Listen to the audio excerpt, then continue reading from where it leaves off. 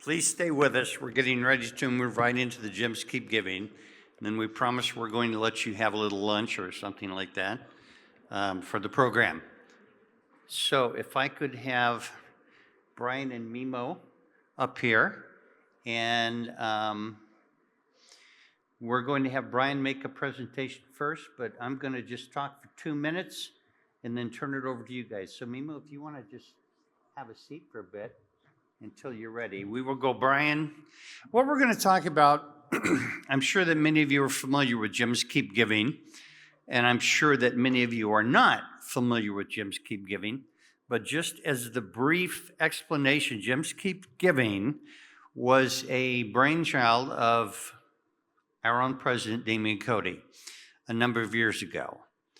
And simply put, how can we as gem dealers, how can we as traders of these precious materials make certain that the communities that are producing these materials, that are bringing them, from the ground and then cutting them and fashioning them, how can we make sure that those communities are benefiting and improving their lives as we move forward? And Gems Keep Giving came into being. It was shortly about a year and a half ago that Gems Keep Giving became no longer just a committee of the ICA, but became a 501c3. And for those of you who aren't wonky about 501c corporations, it means it's a charitable organization now, and that all contributions to that organization are now tax deductible, depending upon what country you're from and how that happens. So we are an organization that is looking to improve conditions around the world in the communities that are producing gemstones and cutting gemstones, mostly artisanal mining communities. We're going to talk to you today about our inaugural project, the Kamtonga Water Project, that Mimo was instrumental in and was quite successful. Then we're going to start out with Brian, who's going to talk about our upcoming project that has to do with silicosis abatement in mining communities. So you need not hear from me much longer. I will talk with you at the end, but I'd like to start and have Brian point out what he's doing. Gems Keep Giving is not the end-all financial savior for artisanal mining community and cutting communities, but we are targeting good projects that we can involve ourselves in, and I think Brian can explain how Gems Keep Giving is involved and what the hopes and goals of the project are. So if you will, Brian Cook. All right. Well, I've been talking about my projects for many, many, many years, and I approached Damien about my project, and I said, well, we have a problem with silicosis in our mining community. These miners that have been mining for decades, and some of these miners decades with no knowledge of what silicosis even is. And so once the symptoms began showing up and fathers and brothers began getting sick and some dying, then it became an alarm. I approached Damien. I said, Damien, I have this project I want to do, but here's a problem. And Damien goes, well, that sounds like something we should deal with. We can do something about it. So I said, really? Okay, how do we do this? And then Gems Keep Giving became an entity, and it seemed like a no-brainer where we could start.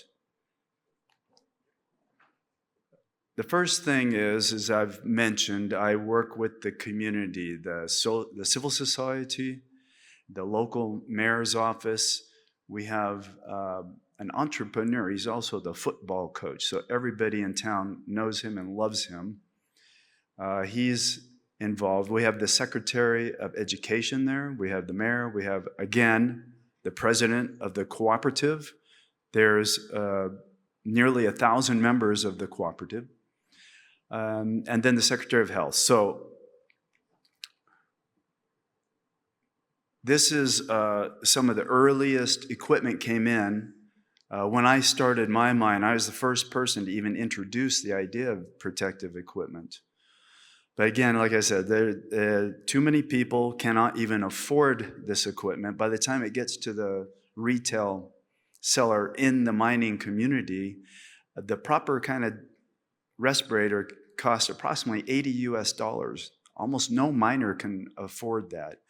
The other thing is, the miners are resistant to wearing them because it's just comfort. It's not as comfortable. But I said, look, man, it's not comfortable getting sick and dying either. It's not comfortable for your family.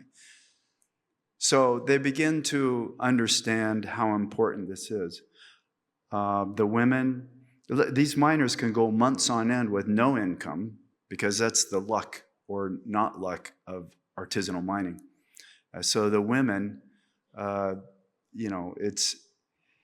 they're involved in, we want to set something up for the women too, as far as getting them involved in the cutting of the stones. But back to what we're doing through Gems Keep Giving. The health secretary and education secretary put together a beautiful program with the nurse and with a technician that will explain how to use and care for the respirator. And they presented it. And the first presentation took place just before Christmas, and we were able to get some dust masks at a more reasonable price, about $20 US.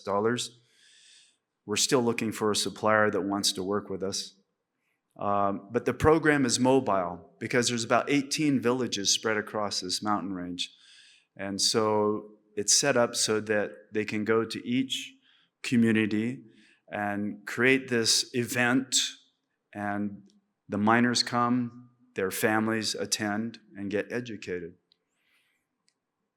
So this is out in the mining area. You can see it's rugged, sparse. Again, so we put the program together. They attended. They received a certificate signed by the mayor's office. They completed the course. You can see Gems Keep Giving logo is attached to that, so we're visible. This is, so we can start creating stories that we can show the clients. This is very important, creating the stories. I want to show you some of the faces of the people who participated. This is just a handful. We were able to get 50 respirators out with the help. The miners cooperative supplied hard hats, boots.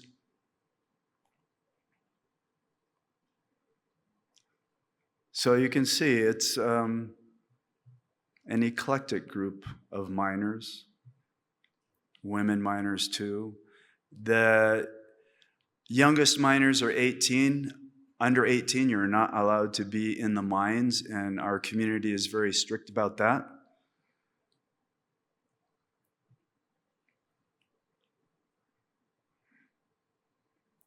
But it was a great event. It happened just before Christmas. Big event. Miners are stylish. I love this next picture here. They're wearing their best.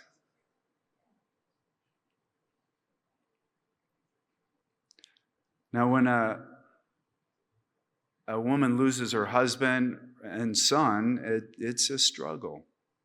This is a good friend of mine, and she's one of the elders, and I pay a lot of attention to the elderly. They hold stories that are going to disappear, so I like to document from their knowledge. She was collecting gold when she was a teenager, and so those stories don't even exist anymore. But how her methods of collecting and it's incredible. And this is the beautiful region where this happens. It's on the far western edge of the Chapada Diamantina. You're seeing it in the wet season. It's all lush and green, and it's a very exotic biome where it's up to 1,200 meter elevation. It's at the merging of three unique biomes: the Mata Atlântica rainforest, one of the most diverse rainforests, with the Cerrado because of the elevation, and it's on the edge of the Caatinga, which is a dry, arid northeast. So it's an incredible place to be able to work. And that village in the center there is a church dated 1625, which is remarkably old for Brazil. It's a historical place. Gold was discovered there by the early Bandeirantes.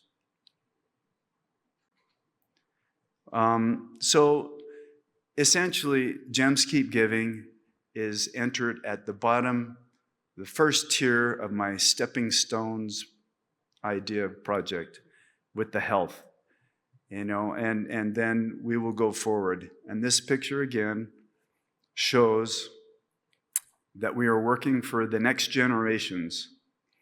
We want to keep things going. We want to invest in projects that benefit community, but benefit our industry. And I'm going to say it again. I think that our industry must or has the opportunity to show our clients that we are doing something for the future. I mean, that's going to be key. And we can talk more about it, and please ask questions. I'll leave that up. It's a nice picture.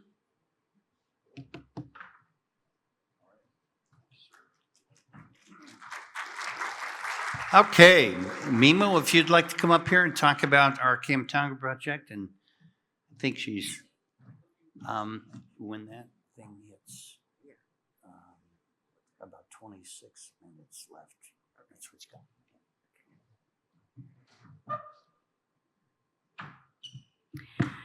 Thank you very much, Doug, for this opportunity.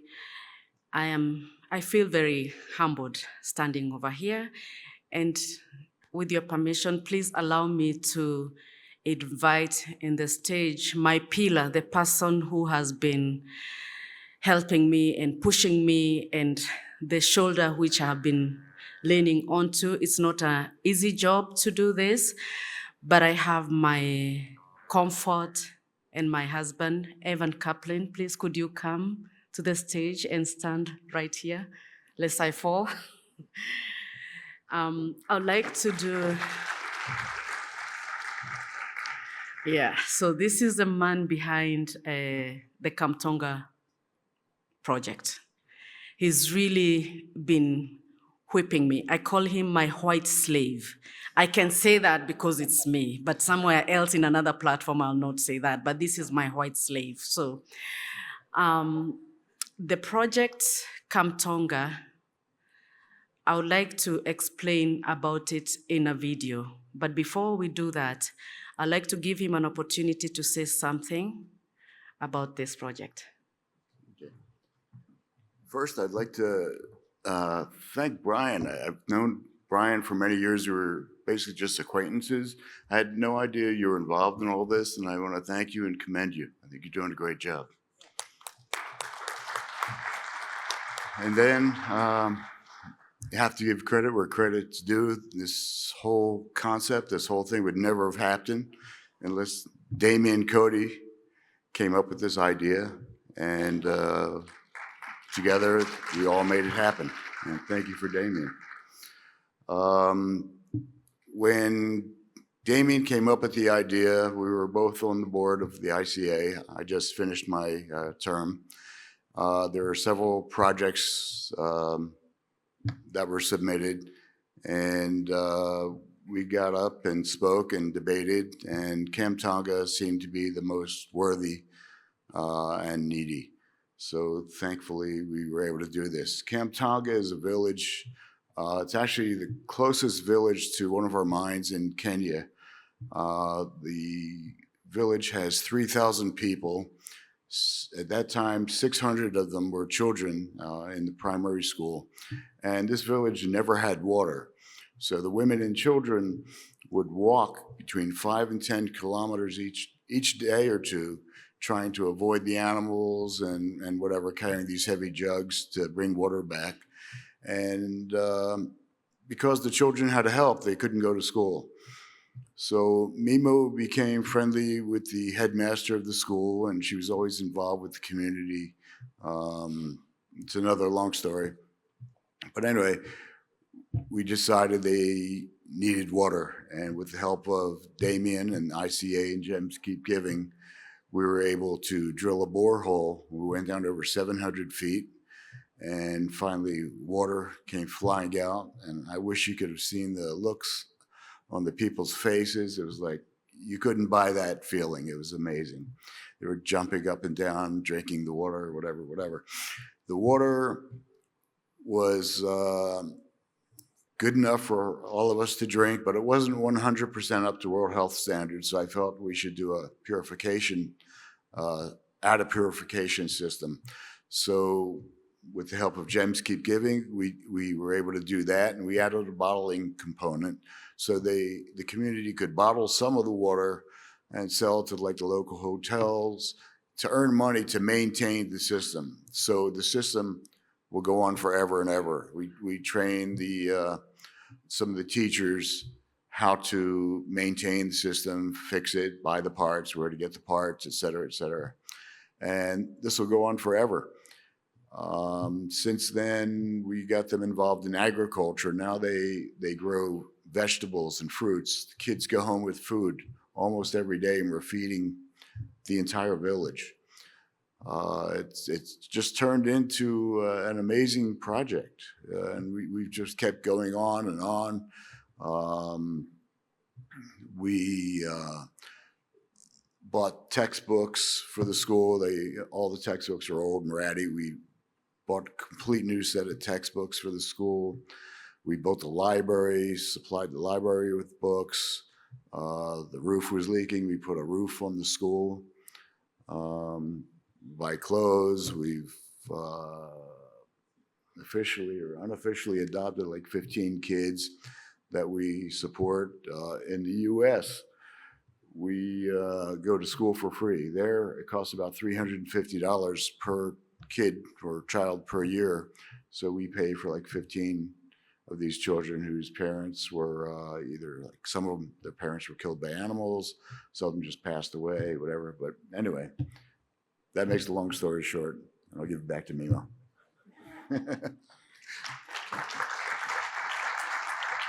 I told you we can go on and on and on and on until the cows comes home. But right now, I will take this opportunity to play the video so that it can explain the whole thing, the whole project of what you are doing.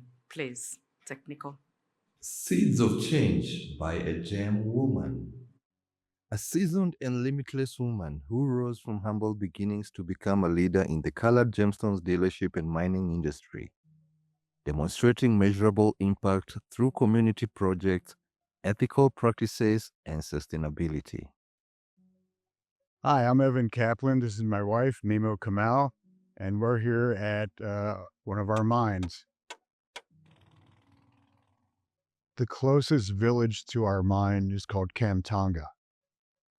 The village has 3,000 people and never had water. So the women and children would have to walk between 5 and 10 kilometers each way every day or two, carrying these heavy jugs of water, trying to avoid the animals. By doing that, the kids couldn't go to school. So we decided they needed a borehole. So the ICA donated money to help us drill the borehole. What began as a passion for gemstones has grown into a calling. That is not just about mining beauties from the ground, but uplifting the communities around us. I believe that business should be more than just profit. It should create value, leave people better than it found them, and open doors for those who have been shut far too long. At the heart of our work is a deep commitment to community transformation and sustainability. Our work in mining gives us access to some of the most remote and under-resourced communities. And for me, that access comes with a responsibility. I saw a school dry, dusty, and forgotten, but I saw potential. And that's where our journey of giving back began. The water did not just quench thirst, but it brought life. Our journey began with a simple mission to provide clean water to over 3,000 people in Kamtonga. This was just the beginning. We have worked hand in hand with the people to bring lasting change. We also repaired the school's roof, which had been in a state of disrepair, leaking and exposing students to harsh weather. We built a library, provided textbooks, and established a scholarship program to ensure access to quality education. Our library can hold 51 pupils per lesson. We have 2,990 books, both Kiswahili and English.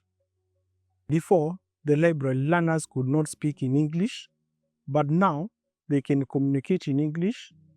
They have acquired learning skills, especially reading and communication. Research, most of the learners can research some words from storybooks, find the meaning from dictionaries, and by so doing, there is improvement in both English and Kiswahili. Some of the students we have supported are now in university. That's what transformation looks like. That is what impact feels like. I come from a big family whereby we are 9, and my parents were unable to educate me in high school. And that's when Mimo came in and took me through 4 years of high school. Before the sponsorship program, I had little hope that I'll proceed in life. But having gone through the program, I'm confident that I'll achieve my goals. Baba yangu aliaga nikiwa darasa la 6. Mama alijaribu kadri ya uwezo wake akanisomesha mpaka nikamaliza shule ya msingi. Hata hivyo hangeweza kunipeleka katika shule ya upili. Hapo ndipo Mimo alikuja na kunisomesha miaka 4 katika shule ya upili.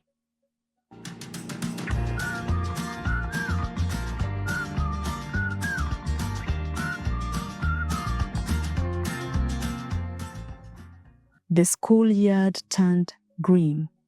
Then came a water purification center, which now helps serve the wider community. Children could now drink clean water, play and learn in an environment that truly supports growth. The children also are able to go home with clean water to use at their homes. These initiatives are not just about giving back. They are about building a foundation for a sustainable future. The school garden feeds families while teaching valuable skills. And our investment in mining education ensures young people have the knowledge they need for real-world class careers.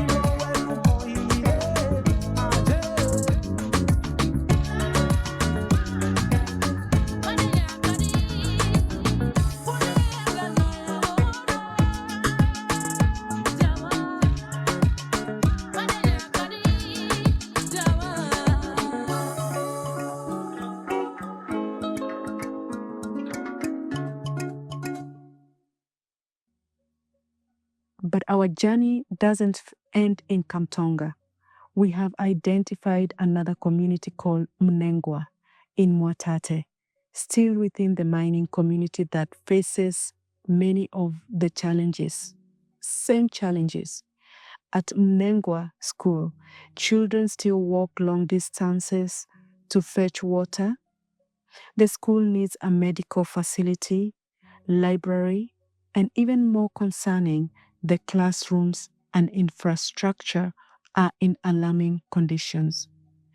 Some walls have wide cracks, and many floors are riddled with potholes, posing serious risks to the young ones who come here to learn. These are not just inconveniences, they are barriers to education, to dignity, and to greater opportunity in life. And just like we did in Kamtonga, we are stepping in. A borehole, a medical facility, new classrooms, library, feeding program, and whatever else it takes to give this community a better life. This is only the beginning. Our vision is to continue working with local communities in our colored gemstones and mining industry, creating sustainable, lasting change that empowers, uplifts, and transforms. We welcome you to join us and share in this vision, because the future we want for our children and mining industry community is not built by one person. We build together.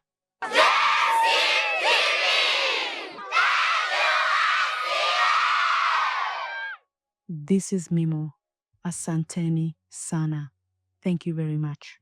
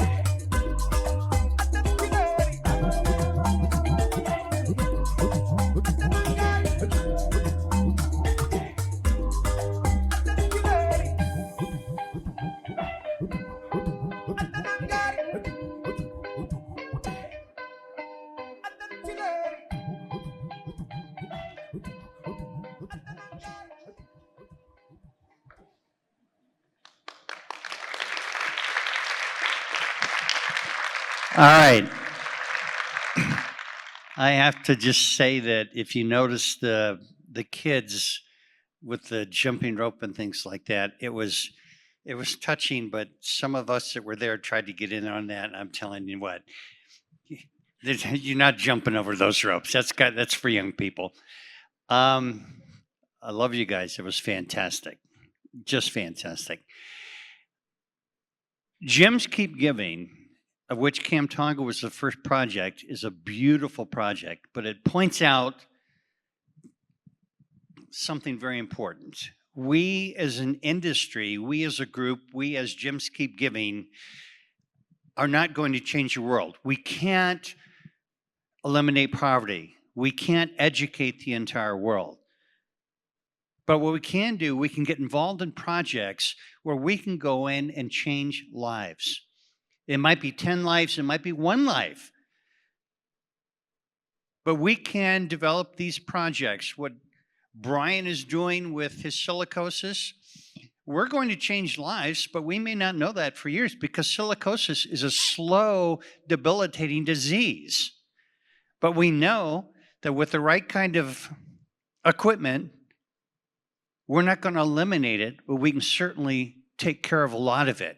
And 5 years from now, 10 years from now, 20 years from now, somebody, a community or an individual is going to think about, instead of losing their father or their brother or their sons, that they're living a more fulfilling life. And they may not even attribute that to Gyms Keep Giving.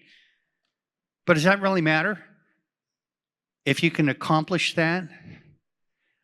One of the most important moments when I was in Kamtonga, and I'm sure that many of you have had an opportunity to do this, where you're working in a community that's poverty-stricken, or they have lack of water, lack of education, and to see a child, when you're walking through the community, reach up to you. I know that many of you have had that happen. They need something. They need more. They're reaching to you. And while I was in Kamtonga, we were working in that garden that you saw. Not only did they bring water, the basic, simple thing like water, to the community, but they taught all those kids agricultural techniques. They sell some of the water, provide seeds and fertilizer for the gardens. The mothers and the fathers and brothers and sisters come in to work the garden. Okay, so the community, it's theirs now. They own it. And while I was there walking through the garden with Mimo and whatnot, I felt that familiar tug at my pants, you know, the child that's looking for something. And I turned around and here was this little tiny guy, and he was offering me the biggest, fullest eggplant you've ever seen in your life. He was not looking to me for help. He was offering me, I hate eggplant.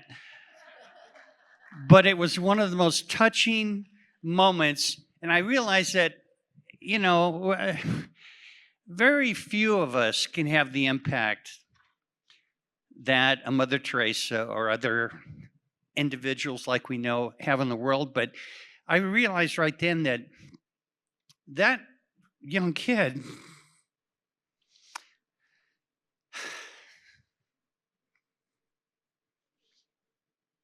was there because Gyms Keep Giving provided the financing with the right people, the right support, and the right opportunity.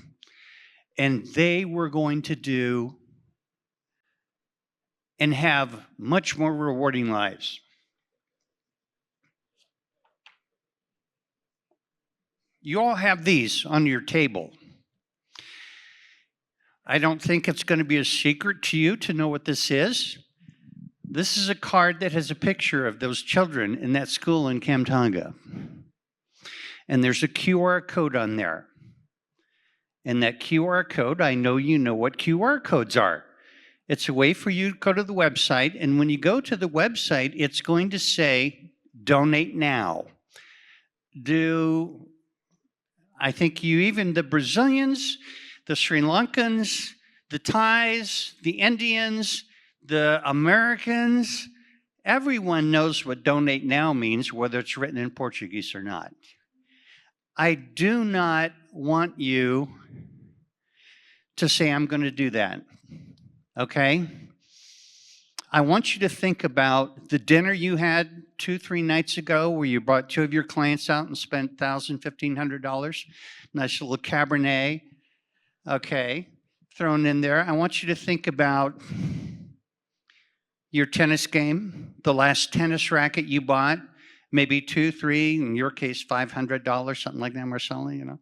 I want you to think about going home tonight after this beautiful dinner and this beautiful event we've had, and I want you to make yourself feel good and think about what you've done. If you can give $50, if you can give $5,000, if you can give 100, I don't care what it is. I want you to just get that feeling. I want you to have that emotion, that feeling that I actually did something to change a life. It takes 10 minutes, and everyone that contributes is going to be hailed and fed on our website, on the Gems Keep Giving website, and on this screen tomorrow. So please, help us change lives, you guys. It's just a short period of time out of your life. Pick your phones up, hit that QR code, and denote, please, please. And let us do the kind of work that Evan and Mimo completed and that Brian is working on. Not changing the whole world, but changing lives. Thank you.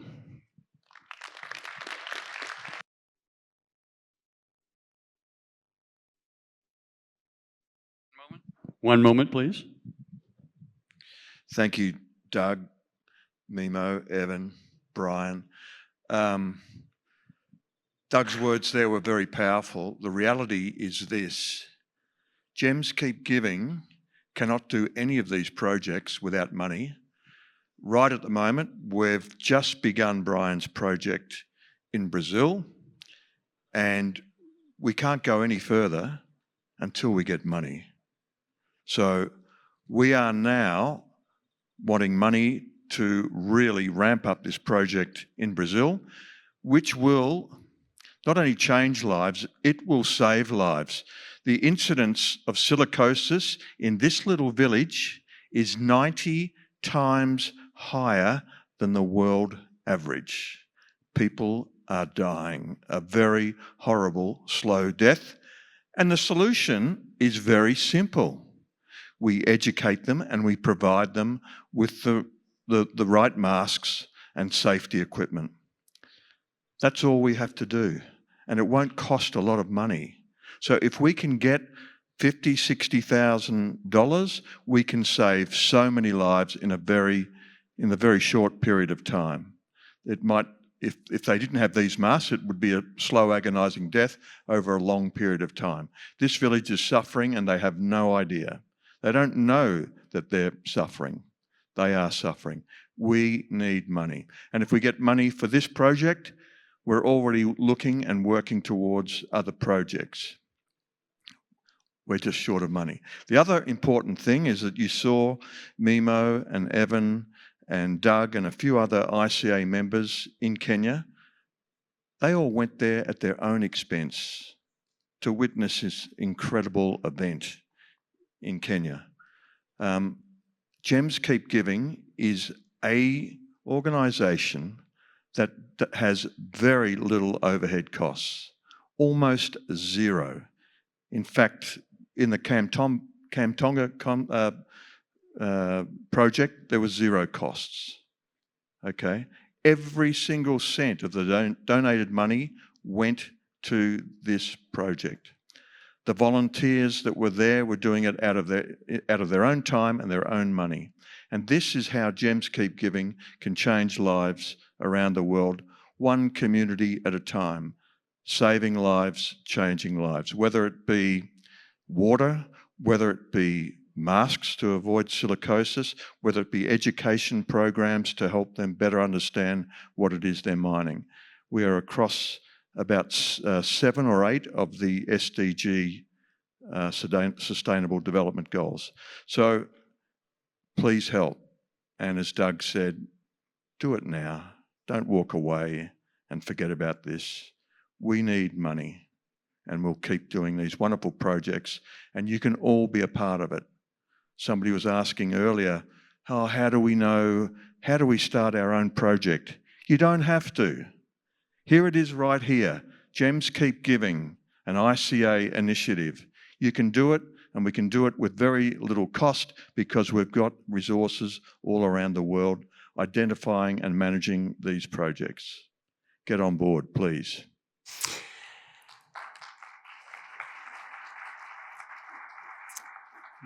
And if we can move from the sublime to the ridiculous, it's lunchtime.